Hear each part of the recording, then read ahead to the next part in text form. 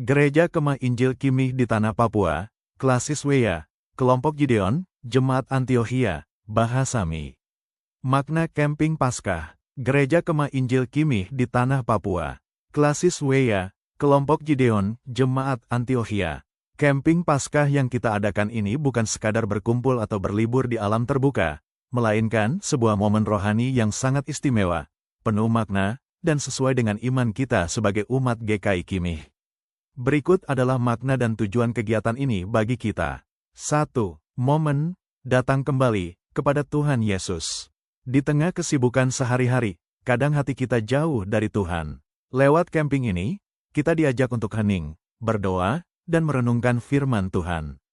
Kita meninggalkan sejenak gangguan dunia untuk lebih dekat dengan Sang Pencipta, seperti yang diajarkan dalam tradisi iman kita di tanah Papua ini. 2. Merenungkan misteri Paskah, sengsara, wafat, dan kebangkitan. Kita memperingati kasih besar Yesus yang mau menderita dan mati di kayu salib demi menebus dosa kita. Namun yang paling utama, kita merayakan kebangkitannya yang berarti kemenangan atas dosa dan maut. Bagi kita orang Mi dan umat Papua, ini artinya, kita sudah dibebaskan, kita hidup baru, dan kita punya harapan yang pasti. 3. Memperkuat persekutuan, satu daging satu darah. Sebagai kelompok Gideon dan Jemaat Antiokhia di bawah naungan Klasis Weya, kegiatan ini mempererat tali persaudaraan. Kita belajar hidup bersama, saling tolong-menolong, berbagi makanan, dan saling mengasihi seperti saudara kandung. Inilah wujud gereja yang hidup dan bersatu. 4. Belajar kesederhanaan dan kemandirian. Tinggal di tenda, hidup sederhana di alam terbuka mengajarkan kita untuk tidak bergantung pada kemewahan, tapi belajar bersyukur dengan apa yang ada. Ini melatih karakter kita menjadi kuat, disiplin, dan mandiri, seperti ciri orang percaya yang tangguh. 5. Disiapkan menjadi saksi yang berani. Seperti nama kelompok kita, Gideon, yang kecil tapi kuat karena Tuhan, dan seperti Jemaat Antiokhia yang pertama kali disebut orang Kristen, kita dipanggil untuk menjadi saksi. Setelah pulang dari camping ini, kita harus membawa semangat Paskah ke desa, ke keluarga, dan ke teman-teman, supaya orang lain juga mengenal kasih Yesus. Pesan khusus dalam bahasa Mi, contoh, bisa diucapkan saat pembukaan atau penutup.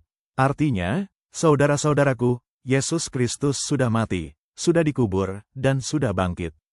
Karena Dia bangkit, kita juga bangkit menjadi manusia baru. Kita hidup baru, kita hidup baru. Kalimat penutup, di tanah Papua yang diberkati ini, mari kita jadikan camping Paskah ini sebagai awal perubahan. Tinggalkan yang lama, jalani yang baru. Bersama kelompok Gideon dan Jemaat Antiokhia, kita maju dalam iman, kuat dalam persaudaraan, dan setia kepada Tuhan sampai selama-lamanya. Camping Paskah sering juga disebut retret rohani atau perkemahan Sabtu Minggu, bukan sekadar kegiatan rekreasi atau liburan biasa, melainkan sebuah kegiatan rohani yang memiliki makna mendalam bagi umat Kristiani, terutama generasi muda. Berikut adalah makna dan tujuan utama dari kegiatan camping Paskah. 1. Memperdalam iman dan hubungan dengan Tuhan. Makna utamanya adalah momen, hening, dan datang kembali kepada Tuhan. Jauh dari hiruk-pikuk kegiatan sekolah, gadget, dan kesibukan duniawi, peserta diajak untuk lebih fokus berdoa, merenungkan firman Tuhan, dan merayakan misteri Paskah, sengsara, wafat, dan kebangkitan Yesus. Ini adalah waktu untuk mengisi ulang baterai rohani, spiritual recharge.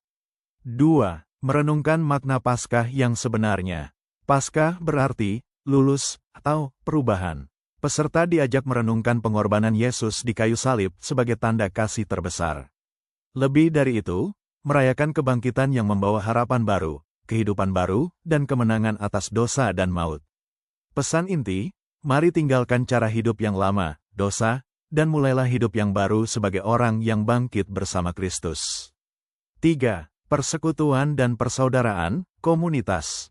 Camping Paskah menjadi wadah untuk mempererat persaudaraan sesama teman seiman. Belajar hidup bersama, berbagi, tolong-menolong, dan saling mengasihi seperti yang diajarkan Yesus. Terbentuknya komunitas yang kuat dalam iman. 4. Meninggalkan zona nyaman. Dengan tinggal di tenda atau tempat sederhana, peserta diajak belajar kesederhanaan, disiplin, dan mandiri. Belajar menghargai apa yang ada dan tidak selalu menuntut kemewahan. 5. Misi dan pengutusan. Setelah mengalami pertemuan pribadi dengan Tuhan dan memperbarui iman, tujuan akhirnya adalah disiapkan untuk menjadi saksi.